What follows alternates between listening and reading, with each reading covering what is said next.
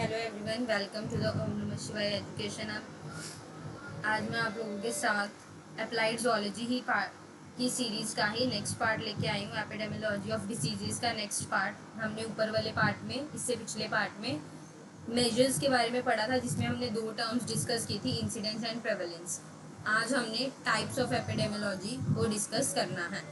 सबसे पहली टाइप है एक्सपेरिमेंटल। एक्सपेरिमेंटल नेम से ही आपको पता लग रहा है कि इसमें क्या हो गया, कंडक्ट करेंगे एक्सपेरिमेंट्स टेस्ट करने के लिए डिसीजेस के बारे में। ठीक है, अब एक्सपेरिमेंटल भी आगे 3 पार्ट्स में डिवाइड है। देखो, पहला क्या होता है, या क्लिनिकल ट्रायल्स करेंगे, मतलब रैंडमाइज्ड कंट्रोल ट्रायल्स। इसमें क्या करते हैं, पेशेंट्स को as a unit of study, मतलब पेशेंट्स की स्टडी करते हैं। दूसरा होता है फील्ड ट्रायल्स। फील्ड ट्रायल्स में हम क्या करते हैं, हेल्दी इंडिविजुअल्स की स्टडी करते हैं। कम्युनिटी ट्रायल्स में हम क्या करते हैं, कम्युनिटीज की स्टडी करते हैं, मतलब ग्रुप ऑफ पीपल्स की स्टडी करते हैं।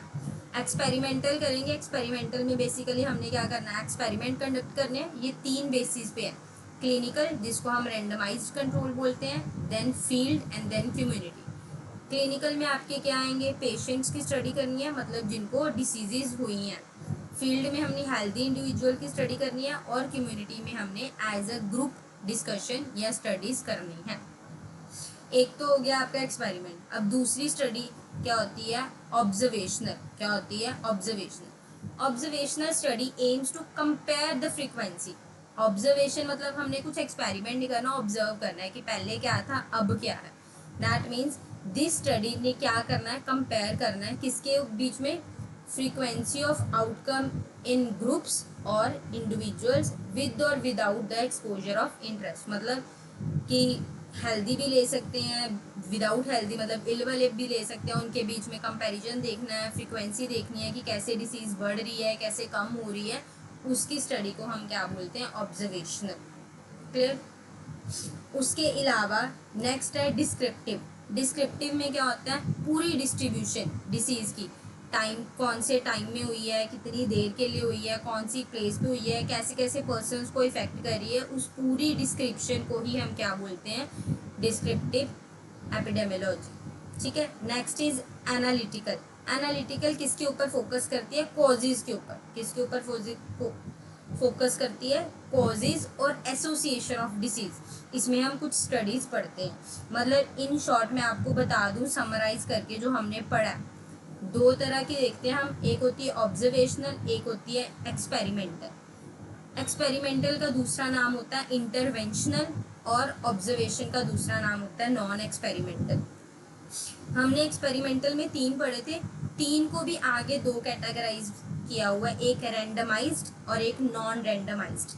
रैंडमाइज में हमने क्लिनिकल ट्रायल पढ़ा था, ठीक है, और नॉन रैंडमाइज में हमने क्या क्या पढ़ा है, फील्ड और कम्युनिटी। क्लिनिकल में हमने किनको लिया था, उन लोगों को लिया था जो इफेक्ट हुए थे डिसीज से, और नॉन रैंडमाइज में हमने क्या लिया था, या तो हेल्दी लोगों को लिया था या फिर कम्युनिटी को लिया था।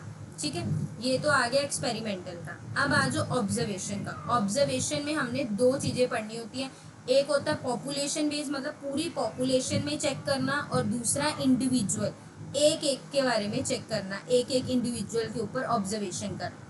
अब आ जाओ पॉपुलेशन बेस में। पॉपुलेशन बेस में आगे हमारी 2 पार्ट्स क्लासीफाई है, डिस्क्रिप्टिव और एनालिटिक। ठीक है, जो हमने अभी ऊपर पढ़ी थी। ऐसी इंडिविजुअल में भी या डिस्क्रिप्टिव होगी या एनालिटिक होगी। जो पॉपुलेशन बेस्ड है डिस्क्रिप्टिव में, उसमें सर्वेज किए जाते हैं, क्योंकि डिस्क्रिप्टिव में हमने क्या देखा था, टाइम देखा था, प्लेस देखा था, पर्सन देखे थे। तो डिस्क्रिप्टिव में हम क्या करते हैं, हेल्दी सर्वेज कर देते हैं। एनालिटिकल में हमने क्या करना है, इकोलॉजिकल स्टडी करना है। आगे हम पढ़ेंगे इन टर्म्स के बारे में, इकोलॉजिकल स्टडी क्या है, केस रिपोर्ट्स क्या है, ये सारा आगे पढ़ेंगे। फिर इंडिविजुअल में भी हमने 2 तरीके से करना है, या डिस्क्रिप्टिव स्टडी करेंगे या एनालिटिक स्टडी करेंगे। डिस्क्रिप्टिव में हम केस रिपोर्ट्स या केस सीरीज बनाएंगे, और एनालिटिकल में 3 मेथड होते हैं, ये तीनों ही इंपॉर्टेंट है। एक होता है क्रॉस सेक्शनल स्टडी, जिसको हम प्रेवलेंस स्टडी बोलते हैं। दूसरा केस कंट्रोल स्टडी, क्योंकि एनालिटिक में हमने क्या देखा था, बेसिकली अगर आप ऊपर चलो, एक सेकेंड, ये देखो, एनालिटिक में मैंने क्या बताया था, किसके ऊपर फोकस करना है, कोजेज और एसोसिएशन ऑफ डिसीज के ऊपर करना है। तो कोजेज पता होनी चाहिए क्या कारण है, कैसे कैसे डिसीज एसोसिएट हो रही है। तो इसमें हमारे 3 आ जाते हैं, क्रॉस सेक्शनल और प्रेवलेंस। प्रेवलेंस हमने पिछली क्लास में पढ़ा था, प्रेवलेंस क्या था, total number of cases past से लेके प्रेजेंट तक के सारा। तो वो हमारी स्टडी को क्या बोल देते हैं, क्रॉस सेक्शन, मतलब पीछे से आगे तक को क्रॉस सेक्शन करना, चेक करना। नेक्स्ट है case control study. Case control में केस को रेफरेंस लेके, एक केस को पर्टिकुलर लेके उसके बारे में स्टडी करना। Next is cohort study. Cohort को हम फॉलो अप करते हैं, मतलब 1 बाय 1 सारा स्टेप को देखना है कि क्या कारण है, कैसे कैसे हो रहा है, ये हमारी आ जाती है कोहरेंट स्टडी में। होप इतना आपको क्लियर हो गया होगा। अब आ जाओ हम नेक्स्ट चलते हैं अप्रोच। इन स्टडीज के बारे में एक एक करके पढ़ते हैं, क्या क्या अप्रोचेस होती हैं इनके ऊपर। ठीक है, सबसे पहले हमने पढ़ा था इकोलॉजिकल स्टडीज। इकोलॉजिकल को हम क्या बोलते हैं, कोरिलेशनल स्टडीज भी बोलते हैं। क्या बोलते हैं, कोरिलेशनल स्टडीज। ये है ऑब्जर्वेशन का ही पार्ट था, मतलब इसमें हमने सिर्फ यूजफुल है हमारी हाइपोथेसिस को जनरेट करने के लिए। इसमें हमने क्या लिए थे, ग्रुप लिए थे, इंडिविजुअल में नहीं आया था। अब इधर से चेक करो, इकोलॉजिकल हमारे किस में आता था, पॉपुलेशन बेस्ड में आता था, मतलब ग्रुप्स में आता है। तो जो इकोलॉजिकल स्टडी है वो क्या आती है, ग्रुप्स में। बाकी अगर आपने ये सिर्फ रीड करनी है पीडीएफ, तो वो आपको पीडीएफ पोस्ट करके भी आप रीड कर सकते हो। नहीं तो जो ये वाला पिक्चर मैंने ऐड की हुई है टाइप्स की, इतना भी दिमाग में रखोगे ना, आप क्वेश्चंस इजीली पिक कर पाओगे कि ऑप्शन से कि इसका करेक्ट आंसर क्या होगा, इसका करेक्ट आंसर क्या होगा। ठीक है, चलो एक बार फिर भी हम रीड कर लेते हैं कि इकोलॉजिकल क्या थी। एक तो कोरिलेशनल स्टडीज बोलते हैं इसको, हाइपोथेसिस में काम आती है। इसमें ग्रुप्स को लिया जाता है, इंडिविजुअल को नहीं लिया जाता। बाकी ये कंपेयरिंग करती है पॉपुलेशन की डिफरेंट प्लेसेस में, क्योंकि हमने देखा था ना एट अ सेम टाइम और in the series of time में कंपेयर करती है पॉपुलेशन को एक प्लेस से दूसरे प्लेस में, क्योंकि ये किसके अंडर आ रही थी, एनालिटिकल। ये देखो ये किसके अंडर आ रही थी, हमारी एनालिटिकल के अंदर आ। ठीक है, नेक्स्ट आ जाओ क्रॉस सेक्शनल स्टडी। अब देखो क्रॉस सेक्शनल किस में आ गया, हमारा एनालिटिकल में ही आ गई। पहले एनालिटिकल ही कवर कर रही हूँ, पॉपुलेशन बेस में हमने एनालिटिकल कौन सी कवर की है, इकोलॉजिकल।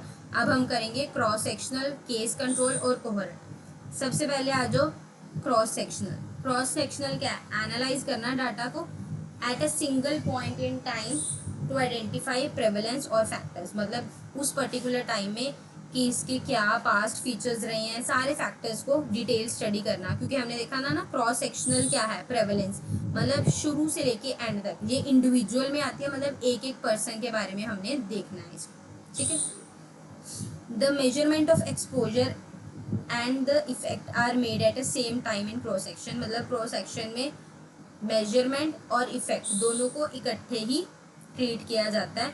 ये हमारा इन्वेस्टिगेट का पहला स्टेप होता है, कारण ढूंढने का कि डिसीज होने का क्या कारण है। ठीक है, नेक्स्ट आ जाती है केस कंट्रोल। केस कंट्रोल में क्या है, इसमें भी क्या करना है हमने, केस कंट्रोल में भी हमने क्या करना है, कंपेयर करना है इंडिविजुअल्स को with the disease to those without to, मतलब हमने इसमें कंपेयर करना है डिसीजेज वाले पर्सन को विदाउट डिसीजेज वाले पर्सन के साथ, और चेक करना है कि कौन से ऐसे फैक्टर्स हैं जिससे डिसीज हमारी हो रही है। ठीक है, सिंस इसमें इन्वेस्टिगेटर्स क्या करते हैं, बैकवर्ड से लेके पॉसिबल कोज ढूंढते हैं, इसलिए इस स्टडी को हम क्या बोलते हैं, रेट्रोस्पेक्टिव स्टडीज भी बोलते हैं। किसको बोलते हैं, रेट्रोस्पेक्टिव स्टडीज, हमारे केस कंट्रोल स्टडीज को।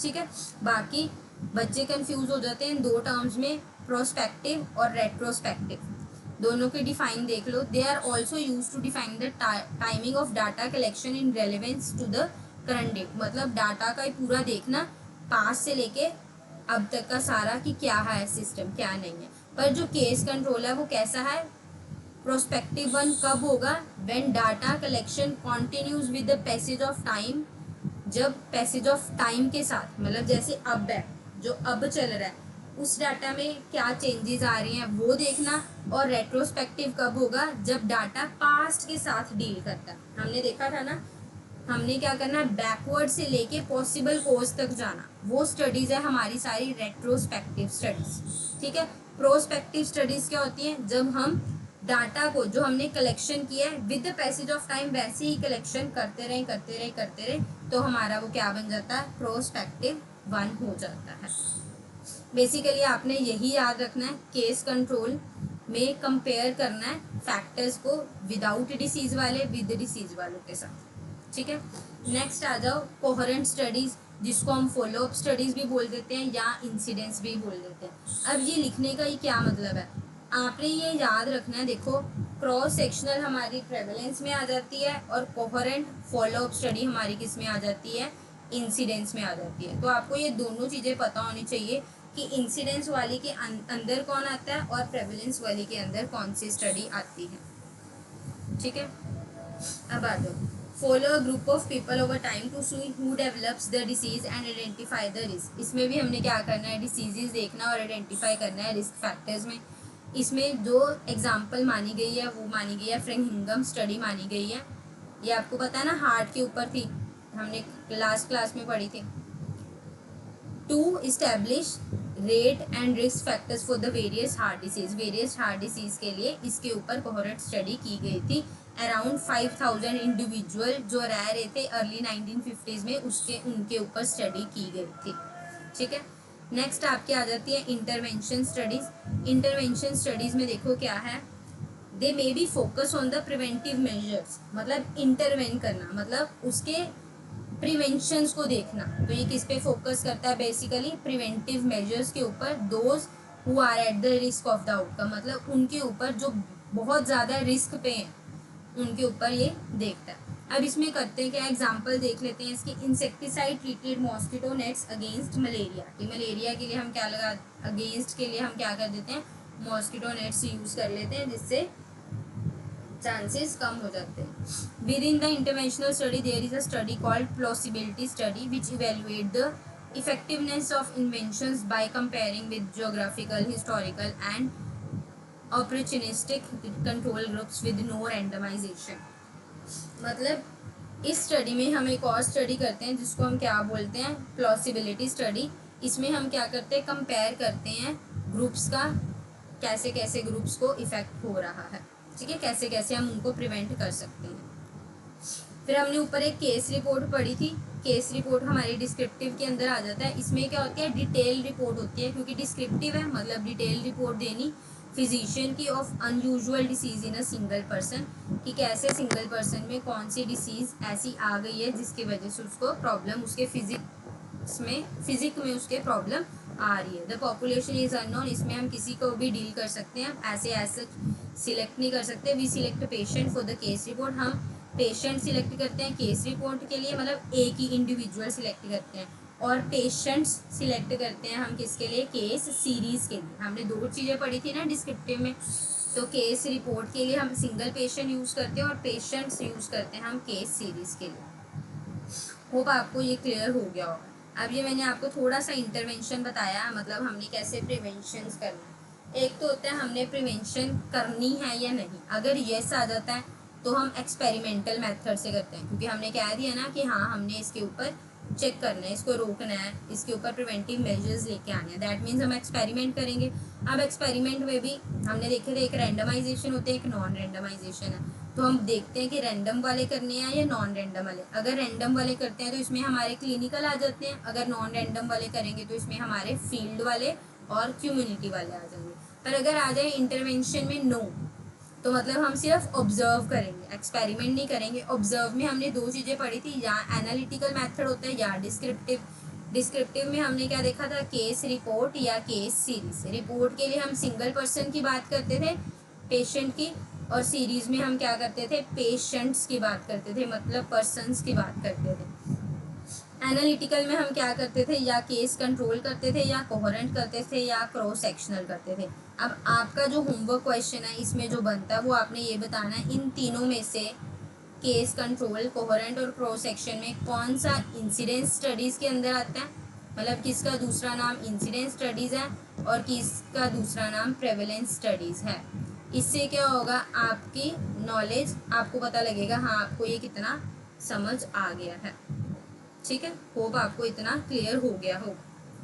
हमने आज देख लिया, हमने स्टडीज़ के ऊपर देखा और टाइप्स के ऊपर देखा। अब एमसीक्यूज लगा लेते हैं ताकि आपको पता लग जाए आपने जितना पढ़ा वो कितना आपके माइंड में फिट है। सबसे पहला क्वेश्चन है, which type of epidemiology focus on the distribution of diseases and the health related events in the population, कि जिसमें डिस्ट्रीब्यूशन डिसीजेस के ऊपर देखते हैं और हेल्थ रिलेटेड इवेंट्स देखा जाता है पॉपुलेशन में। तो हमें पता है डिस्ट्रीब्यूशन किस में देखते थे हम, डिस्क्रिप्टिव में देखते थे, तो इसका ऑप्शन क्या हो जाएगा, ऑप्शन बी डिस्क्रिप्टिव। नेक्स्ट है what type of study is suitable for the incidence, incidence वाली का नाम क्या था, कोहॉर्ट, तो आपका आंसर क्या हो जाएगा, इंसिडेंस स्टडी, क्योंकि हमने देखा था इंसिडेंस किसको बोलते थे, कोहॉर्ट को, और क्रॉस सेक्शनल में क्या आता था हमारा, प्रेवलेंस। नेक्स्ट है which type of epidemiology is concern with identifying, quantifying, associations, testing hypothesis and identify causes, ये किस में आता था हमारा सारा, एनालिटिकल में। एनालिटिकल में हम क्या करते थे, या अब आप बोल सकते हो मैम ये तो ऑब्जर्वेशन में भी आ सकता था, पर आप चेक करो ऑब्जर्वेशन आपके ऑप्शंस में नहीं है, आपका पहला ऑप्शन है एनालिटिक देन डिस्क्रिप्टिव, डिस्क्रिप्टिव में तो सारा डिस्क्राइब करते थे, तो ये नहीं हो सकता। उसके बाद आपका नेक्स्ट ऑप्शन है एक्सपेरिमेंटल, एक्सपेरिमेंटल तो आपका ऑब्जर्वेशन में ही नहीं आता, हमने देखा ना ये पार्ट क्या है, ऑब्जर्वेशन का पार्ट है। नेक्स्ट थ्रेटिकल, थ्रेटिकल नहीं हो सकता क्योंकि थ्रेटिकल हमने पढ़ा ही नहीं, या डिस्क्रिप्टिव पढ़ा है, या एनालिटिकल, या ऑब्जर्वेशन, या एक्सपेरिमेंटल, तो इसका जो करेक्ट आंसर हो जाएगा वो क्या हो जाएगा, option A. In randomised control trial what is the primary purpose of randomisation, एक तो आपने मेरे को ये बताना है रैंडमाइज कंट्रोल ट्रायल का दूसरा नाम क्या है। नेक्स्ट क्वेश्चन आपका होमवर्क क्वेश्चन जो आपने कमेंट बॉक्स में लिखना है, इसका दूसरा नाम क्या है, तो इसमें आपने बताना क्या पर्पस होता है। To ensure the study sample is representative of the population, to eliminate the selection bias, to ensure the study is double blinded, to increase the sample size। Basically हम रैंडमाइज कंट्रोल ट्रायल क्यों करते हैं, eliminate करने के लिए selection biases को, ठीक है, ये इसका पर्पस है। नेक्स्ट है which study design is refer to as a snapshot of the health status of population at a time. Snapshot का काम क्या करता है, स्नैपशॉट देखो क्या है, मतलब पीछे से लेके सारा अब तक का, उसी को हम कहते हैं ना, हम स्नैप का क्या मतलब है, मेमोरी, मेमोरी हमारी क्रिएट हो जाती है, हम पास्ट की मेमोरीज भी देख सकते हैं, उससे आप रेफर कर सकते हो कि जब भी स्नैपशॉट के लिए पूछे, मतलब प्रेवलेंस स्टडी, और प्रेवलेंस स्टडी कौन सी थी हमारी, क्रॉस सेक्शनल स्टडी, तो इसका करेक्ट आंसर क्या हो जाएगा, cross sectional study. Next question primary goal of ecology study, ecology study का क्या गोल है, इकोलॉजी का क्या होता था, रिलेशन बताती थी एक्सपोजर और डिसीज के बीच में, तो इसमें तो डायरेक्ट ऑप्शन देखो, to study the individual level data, no, to examine the correlation, yes, relation बताती थी एक्सपोजर और डिसीज में। Next is which is the most commonly use to investigate the outbreaks of infectious diseases, कौन सी सबसे ज़्यादा use की जाती है स्टडी आउटब्रेक्स के लिए, केस कंट्रोल स्टडी, कौन सी की जाती है, case control study. Next what does person time refer in cohort study, person time का क्या मतलब है, कोहॉर्ट देखो इंसिडेंस वाली थी राइट, इंसिडेंस या फॉलो, इसमें क्या होता है, पर्सन टाइम में होता है amount of time each person in the study is follow, कि मतलब कितना टाइम हर एक पर्सन में लग रहा है उस पर्सन की प्रॉपर स्टडी के लिए, उसको हम क्या बोलते हैं, person time. Number of people participate नहीं आएगा, अमाउंट ऑफ टाइम, टाइम से इंडिकेट हो रहा है कि टाइम कितना लग रहा है स्टडी में, ईच पर्सन, पर्सन टाइम है ना, दैट मीन्स ईच पर्सन में, क्योंकि आप बोलोगे ऑप्शन डी में भी तो टाइम पीरियड लिखा है, पर पर्सन टाइम है मतलब ईच पर्सन पे कितना लग रहा है, उसको हम बोलते हैं पर्सन टाइम। नेक्स्ट क्वेश्चन है which type of epidemiology involves intervention to prevent and control the health problems, prevent करने के लिए और कंट्रोल करने के लिए हम क्या करते हैं, एक्सपेरिमेंटल एपिडेमियोलॉजी का यूज़ करते हैं। लास्ट क्वेश्चन है आज की क्लास का, मेन कैरेक्टरिस्टिक्स आपने बताना है केस कंट्रोल का, केस कंट्रोल में हम क्या करते थे, कंपेयर करते थे विद द डिसीज को किसके साथ, विदाउट अ डिसीज के साथ, तो ऑप्शन देखो, पहला ऑप्शन है group of individual follow over time, compare the individual with the disease और टू विदाउट अ डिसीज, तो इसका करेक्ट ऑप्शन क्या हो जाएगा, ऑप्शन बी, कंपेयर करना इंडिविजुअल को with the disease to those without a disease. Hope आपको आज का लेक्चर अच्छा लगा होगा, ये वाला टॉपिक भी आपका क्लियर हो गया होगा एपिडेमियोलॉजी स्टडीज़ के बारे में। एक आपका और लेक्चर आएगा इसके ऊपर, फिर आपका ये वाला पार्ट कवर हो जाएगा, उसके बाद हम नेक्स्ट पार्ट के ऊपर मूव करेंगे। जाते जाते मैं आपसे यही कहूँगी कि इस वीडियो को ज़्यादा से ज़्यादा शेयर करो, सो दैट जितने भी बच्चों का पार्ट रह गया मिस है, जो न्यू सिलेबस में है आपका, ये वाले टॉपिक में जितने भी डाउट्स हैं उनके सारे क्लियर हो जाए। बाकी आप सभी सब्सक्राइब करना मत भूलना, सो दैट आपको नेक्स्ट वीडियो का साथ के साथ अपडेट मिलता रहे। सब्सक्राइब ज़रूर करो एंड लाइक और कमेंट भी ज़रूर करो, ताकि मुझे आपकी फीडबैक मिलती रहे कि आपको कितना समझ आया, आपको और किस टॉपिक पे कवर चाहिए, किस टॉपिक पे और एक्सप्लेनेशन डीप चाहिए, किस टॉपिक पे ज़्यादा से ज़्यादा MCQs चाहिए, सो दैट मैं उस हिसाब से नेक्स्ट वीडियोस को लेके आऊँ। शेयर करना बिल्कुल मत भूलना अपने सारे फ्रेंड्स के साथ, अपने स्टेटस पे लगा दो, ग्रुप्स में डाल दो, जहाँ आप शेयर कर सकते हो वहाँ तक इस वीडियो को शेयर कर दो। Thank you so much.